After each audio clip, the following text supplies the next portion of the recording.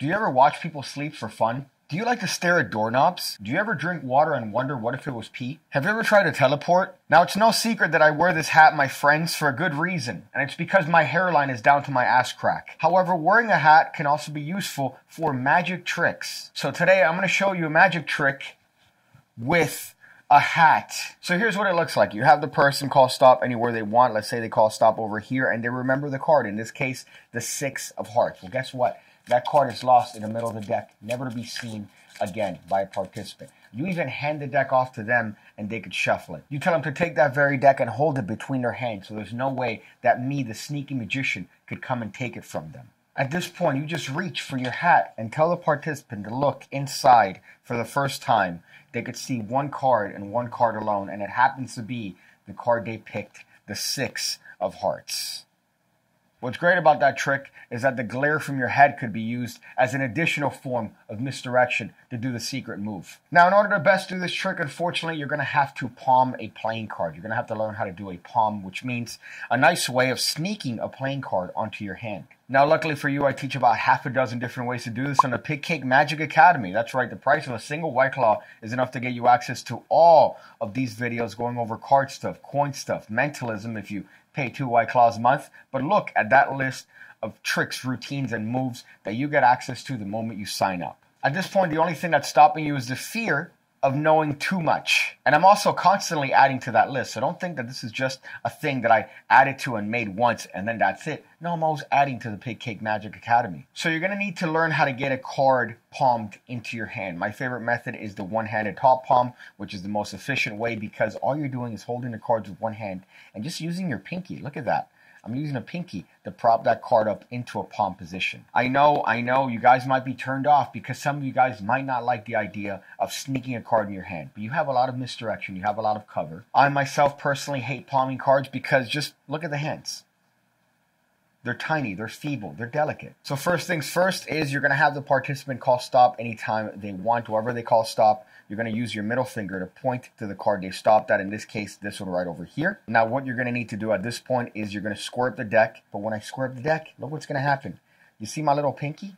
You see how my little pinky is separating that card from the rest of the deck? This right here is called a pinky break. And if you are a person that doesn't do magic tricks that just stumbled upon this video, look for this. Every magician that does card tricks will do a pinky break at some point. And you could just call them out. Hey man, I see that pinky. Hey, what that pinky doing though? Hey man, why are you using your pinky to create a gap to separate the card from the rest of the deck so you can easily locate it later? Any one of those would work. And now all I'm going to do is just lift up all the cards above my break and shuffle them to the bottom of the deck.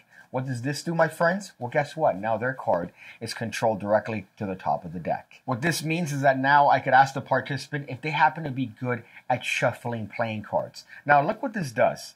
When I say, hey, are you good at shuffling playing cards? This puts my hand in a perfect position to palm the card. They're going to be distracted because they're going to go, oh no, I'm not good at shuffling playing cards.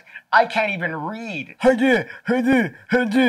do keep in mind that if they're willing to watch a performance from you, they're probably not the brightest. So while you're asking that question, you're just going to palm the card. You're going to place the card in your palm and you're going to hand them the deck. Now, some people like to hand the deck with the same hand that's palming the card. That's going to be your prerogative. However, you just hand them the deck and tell them to shuffle. My hands are down, they're in a natural position, I'm addressing the participant, and then afterwards, I could tell them, hey, do me a favor, just hold the deck between your hands. What am I doing? I'm hiding the palmed card.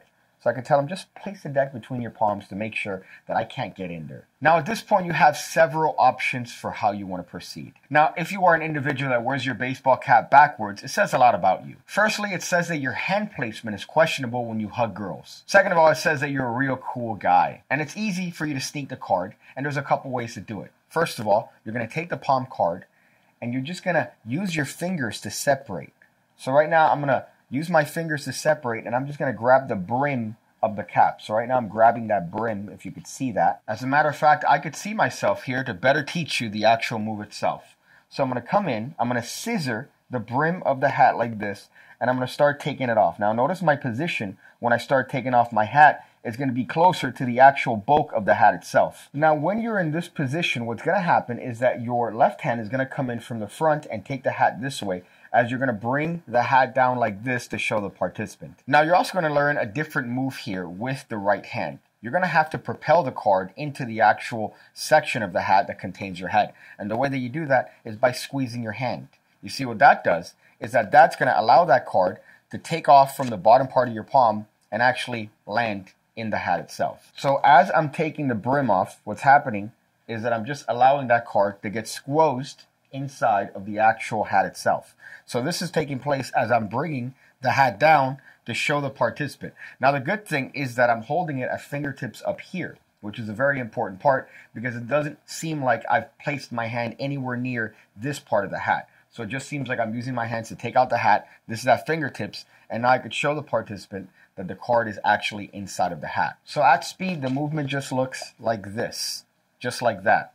And in this case, the card is inside of the hat. My fingertips are showing the hat like this, splaying it, and hopefully they're not too distracted by my awful hairline. Now, if you happen to wear your hat forward, it just means you're a nerd. But it also means that there's a different way of doing this particular trick, in that with the same palmed card, what's going to happen is I'm going to reach over just like this. So I'm going to take the hat from the front with my left hand, and I'm going to come in with the back, and I'm actually going to use my fingers to sneak that card into the gap that you have here with this part of the hat. So it's almost like a card to wallet because the card is just going into the actual hole there. You're taking advantage of the mechanics of the hat itself to put the card in the actual hat itself. Now, whichever method you happen to do, it's very important that you come in with the palm facing the participants. If you come in like this, which is going to be, well, the natural instinct, they're going to see the card and they're going to go, hey, the card appeared in your palm. So you're going to make sure that your palm is facing them when you take off your hat and you're scissoring it, so you could then show them the actual card being in the hat. But either way, what you have is just a fun way of finding a card inside of your hat if you happen to be a hat guy. You could even do the same if you happen to have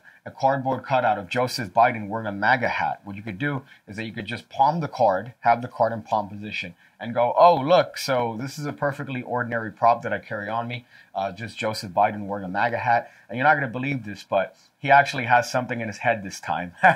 Watch, look. And you come in with the palmed card, right? And you just reach in and you do the move. You do the move and you go, look, he has a card in his mind, and it's your card. It's your card.